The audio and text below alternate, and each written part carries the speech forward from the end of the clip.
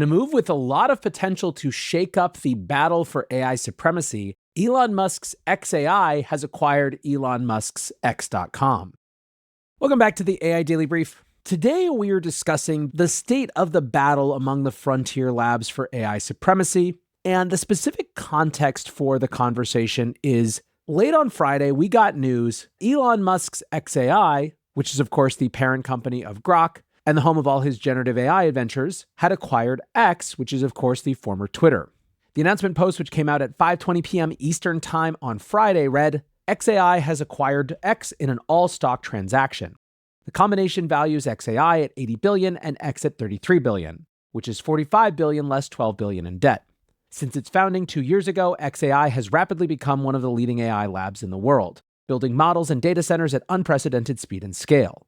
X is the digital town square where more than 600 million active users go to find the real-time source of ground truth, and in the last 2 years has been transformed into one of the most efficient companies in the world, positioning it to deliver scalable future growth. xAI and X's futures are intertwined. Today, we officially take the step to combine the data, models, compute, distribution, and talent. This combination will unlock immense potential by blending xAI's advanced AI capability and expertise with X's massive reach. The combined company will deliver smarter, more meaningful experiences to billions of people while staying true to our core mission of seeking truth and advancing knowledge. This will allow us to build a platform that doesn't just reflect the world, but actively accelerates human progress. I would like to recognize the hardcore dedication of everyone at xAI and X that has brought us to this point. This is just the beginning. Now, on the one hand, the companies are both private, and Elon presumably has the support of investors, so he can pretty much do here what he wants. Still, the deal is far from normal. The Wall Street Journal reports, the new valuations were determined during negotiations between the two Musk arms, which both had the same advisors, people familiar with the matter said. The last time xAI raised money was in December, and it was thought to be valued at around $40 billion, so this deal implies a doubling in 3 months. That's obviously quite an acceleration, but not necessarily totally out of sync with the world of AI. The journal points out that this isn't the first time Elon has done something like this. Back in 2016, Elon used Tesla stock to buy his solar energy company, SolarCity. Musk is apparently a great deal maker when he's negotiating with himself. Still, if you hold aside the mechanics and the valuations, it's very clear why this deal makes sense for the two companies. Musk has already been open that the Grok model was trained on X data, and the chatbot is now embedded in the platform as a native assistant. The two platforms are already deeply entwined in their user experience, their resources, and even some of their personnel. For X, the merger takes the pressure off of it to thrive exclusively as an independent social media platform.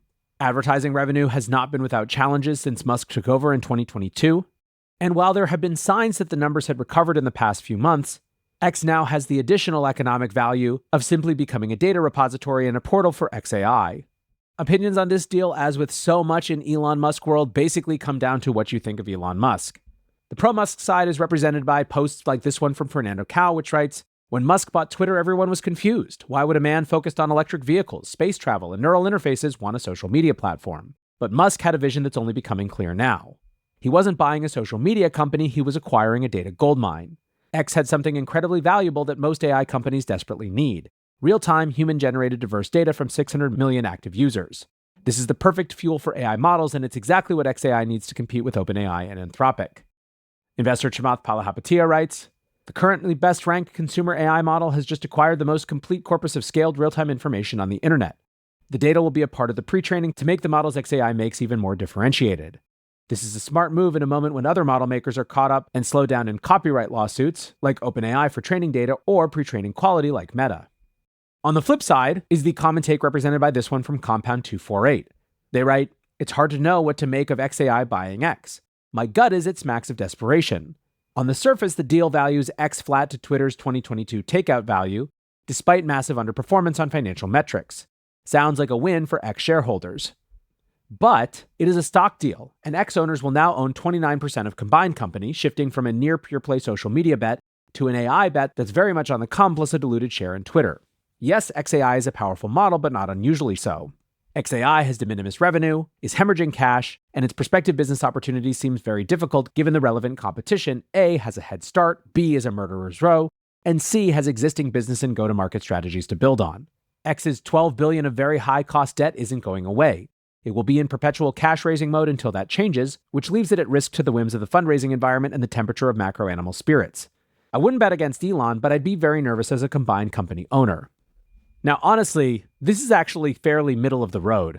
A more reflective antagonistic take comes from Adam Cochran, who wrote, in other words, Musk used his pumped-up xAI stock to pay multiple times over value for X, but still take an $11 billion loss on the transaction while screwing over xAI investors and X-investors and to sell your data to his own AI company. Also, Grok at $80 billion is an insanely dumb valuation. The one thing Grok does well is live time from access to Twitter data, but otherwise it's not a breakthrough model and it's terribly monetized. Again, the middle-of-the-road take really focuses on data. Raoul Paul from Real Vision writes, it was always about the data for the AI. I talked about this when he first bought X and said it was a bargain back then due to the AI training data. And the AI is all about the robots, and the robots are all about Mars, as is everything else. I think that while the focus on data makes sense, people might be underestimating the value of the integrated experience with Twitter content. To the extent that these companies are all competing to be the next generation search portal where people begin their internet experience, Grok offers something fundamentally different that none of the competitors, Google, OpenAI, Anthropic, Perplexity, etc., offer, which is the ability to integrate the meta conversation into deep research. I think I have a particular point of view on this, given that I've now built 2 podcasts, for both of which a major value proposition is the fact that we don't just talk about the news, we talk about the discussion around the news. The thing that takes longest in producing both the breakdown and the AI Daily Brief is going through and understanding dozens, if not hundreds of different opinions around anything that's happening in order to be able to synthesize that into a coherent view, not just of what actually happened, but what's likely to happen next based on how people are receiving that news. This is, again, not commenting on any of the questions of self-dealing or valuations or anything like that. I just think that the Grok-Twitter merger has value beyond just a pre-training data play. So what's happening, though, beyond Grok if we're using this as a way to catch up on the state of the AI frontier lab battle?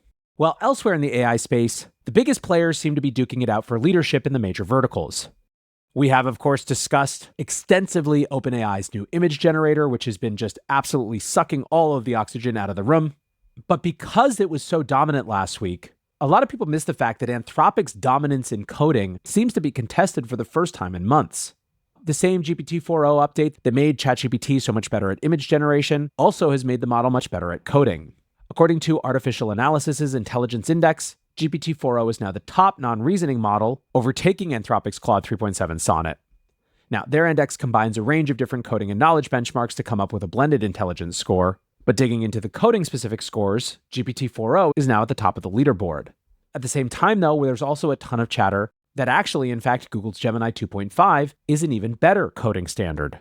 During last week's release, the reasoning model was clearly a high-performing coding assistant based on the benchmarks, but having tested it now for a few days, VentureBeat broke down why this model could be a big step up for programmers. They noted that, like OpenAI's models, Google provides full access to chain-of-thought reasoning. For programmers, that means you can follow the model along precisely and audit their results, picking up and correcting errors along the way. VentureBeat wrote, in practical terms, this is a breakthrough for trust and steerability.